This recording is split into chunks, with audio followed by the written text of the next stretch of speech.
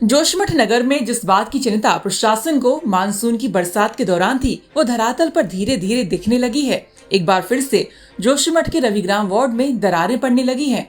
दरारों के अंदर से बारिश का पानी कमरों में भी घुसने लगा है। बताते चले कि बीते दिनों से लगातार क्षेत्र में बारिश हो रही है। जोशीमठ में जनवरी महीने में जो दरारें हल्की पड़ी हुई थी, वो अब धीरे धीरे बढ़ रही हैं। रविग्राम वार्ड में इसका सबसे ज्यादा असर देखा जा रहा है, जहां राणा मोहल्ला में रहने वाले 10 से 12 मकानों में दरारें पड़ने की सूचना है। दरारों के अंदर से बरसात का पानी भी कमरों में घुस रहा है। लोग रात भर डर के साए में सोने को मजबूर हैं। सीबीआरआई की टीम के द्वारा क्रैकोमीटर लगाए गए थे और वो अब धीरे धीरे टूटने लगे हैं। जैसे जैसे दरारें बढ़ रही हैं, क्रैकोमीटर भी अपना स्थान छोड़ रहे हैं। और कितना खतरा है उनको? 10-12 मकान है, एक लाइन में, एक यहाँ 2-3 मकान, तो मैं 2 मकान मेरे एक बड़े बेटे छोटे बेटे के हैं, दूसरा जिठानी के बेटे के हैं, जिठानी के लड़के के हैं और दूसरी देवरानी के हैं, सबके हैं। इधर में 10-12 मकान है, सबका वो है। किसी ने कोई एक्शन नहीं लिया कि ये यहाँ फट रहा हो रहा। आजकल बहुत ज़्यादा हो गए हैं, बहुत ज़्यादा बरसात का पानी अंदर आ रहा, सब अंदर आ रहा, घर घरों में अंदर। रात को नींद नहीं आ रही, हम रात को ऐसे जागा रहे हैं। जब बारिश आ रही तो हम रात को ऐसे बैठे बैठे रहें। कोई वो नहीं है कि व्यवस्था, हमको व्यवस्था होना चाहिए।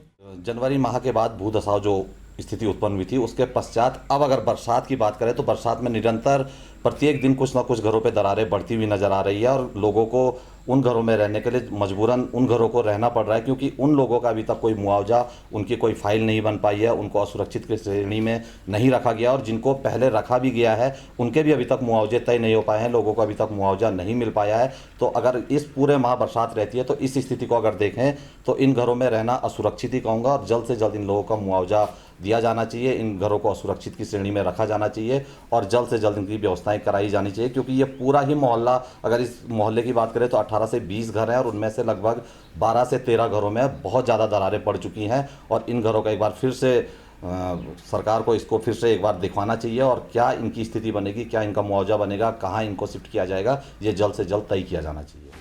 वहीं दूसरी ओर अब बद्रीनाथ राष्ट्रीय राजमार्ग पर महाविद्यालय के समीप एक 5 फुट गहरा गड्ढा हो गया है। बता दें कि ये गड्ढा अभी कुछ दिन पहले सुनील गांव में भी देखने को मिला था।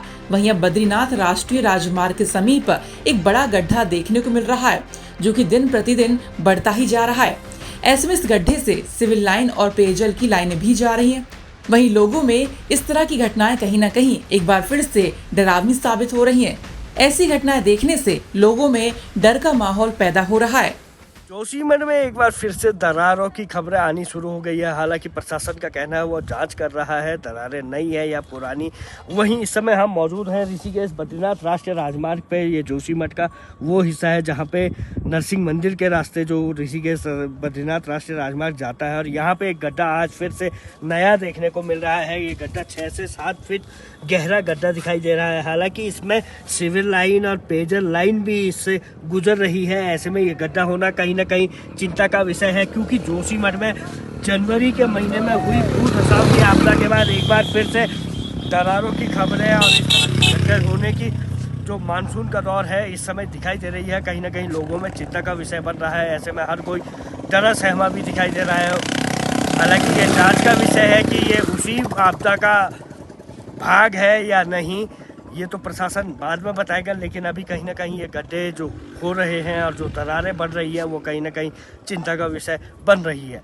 कमल एनसिलोरी, चमोली, उत्तराखंड तक। जोशीमठ के रविग्राम में दरार पड़ने के मामले को लेकर प्रशासन ने सर्वे का काम शुरू कर दिया है।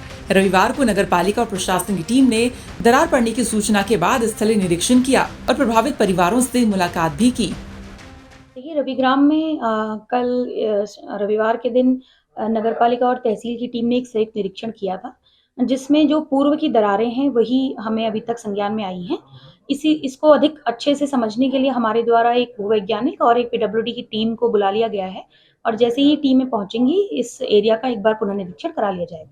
मैम, अभी तो कहीं और कोई दरार थी ऐसी सूचना नहीं, अगर कहीं पर भी किसी प्रकार की दरारें, नई दरारें बढ़ने की या कोई दरारों के बढ़ने की सूचना प्राप्त हो रही है तो वहां पर हम तत्काल टीमों को भेज रहे हैं। हालांकि दरारें बढ़ रही हैं या नहीं, ये तो वैज्ञानिक सर्वेक्षण के बाद ही पता चलेगा। अभी तक जनवरी महीने में आई आपदा की रिपोर्ट्स को सार्वजनिक नहीं किया गया है। साथ ही जिन घरों में जनवरी की आपदा के दौरान क्रैकोमीटर लगाए गए थे, उन्हें दोबारा भी कोई देखने नहीं पहुंचा है। ऐसे में अभी तक जोशीमठ में कौन सा हिस्सा सुरक्षित है, ये कुछ भी पता नहीं है। ऐसे में लोग नई नई दरारों का दावा कर रहे हैं। लोगों में एक बार फिर से डर का माहौल है, क्योंकि मानसून का दौर चल रहा है और ऐसे में लोग डर के साए में जीने को मजबूर हो रहे हैं। जोशीमठ से उत्तराखंड तक के लिए कमल नैन सिलौड़ी की रिपोर्ट।